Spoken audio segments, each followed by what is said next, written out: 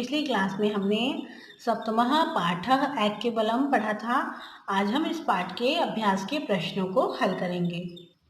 तो चलिए पहले हम इस पाठ के कुछ शब्दार्थ देख लेते हैं। आतप पीड़ितः, आतप पीड़ितः अर्थात धूप से दुखित। निम्ब वृक्षे, निम्ब वृक्षे का अर्थ होता है नीम के पेड़ पर।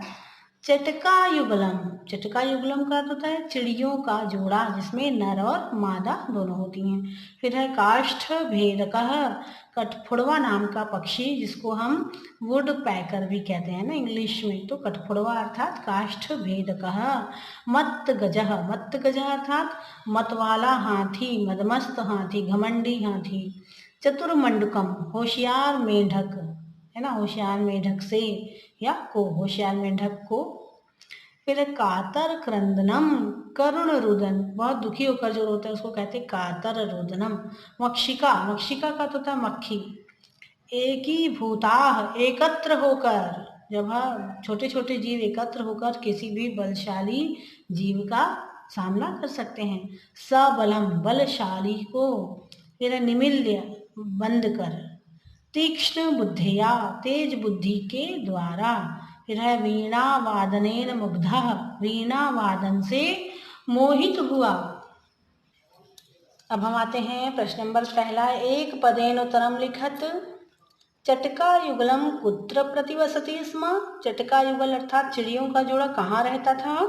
इसका उत्तर है निम्ब वृक्षे, चटका युगलम निम्ब वृक्षे प्रतिवसति स्म। फिर है दूसरा गजः काम नाशितवान, गजः अंडानी नाशितवान है ना, जो हाथी था उसने अंडों को नष्ट कर दिया। चटका युगलस्य रोदनम श्रुत्वा कः आगतः, चिड़ियों के जोड़े का रुदन सुनकर कौन आ गया। चटका युगलस्य रोदनम श्रुत्वा काष्ठ भेदकः आगतः, इनका रोना सुनकर जो कठफोड़वा पक्षी था वो आ गया।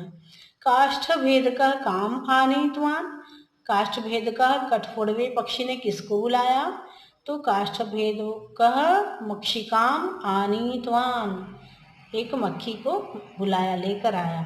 जलम पातुम गजः कः आकर्षितवान, जल की तरफ जो पंख था, कीचड़ था, वहां पर जो हाथी को कौन आकर्षित किया, कौन लेकर आया, तो वहां पर कौन लेकर आया, मंडूकः, मेढक ने।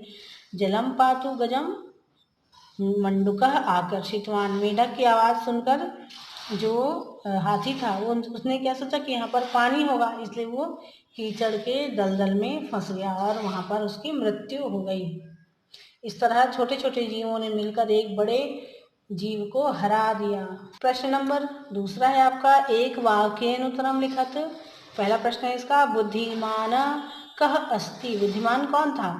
बुद्धिमान यह मृतगतम न चिंतयति, बुद्धिमान कौन है, जो मरे हुए का के बारे में जो चिंतन नहीं करता, जो विचार नहीं करता, जो बार बार जो बीत गया उसकी चिंता नहीं करता, बार बार आगे के बारे में जो विचार करता है, आगे क्या करना है ये सोचता है, वही बुद्धिमान होता है।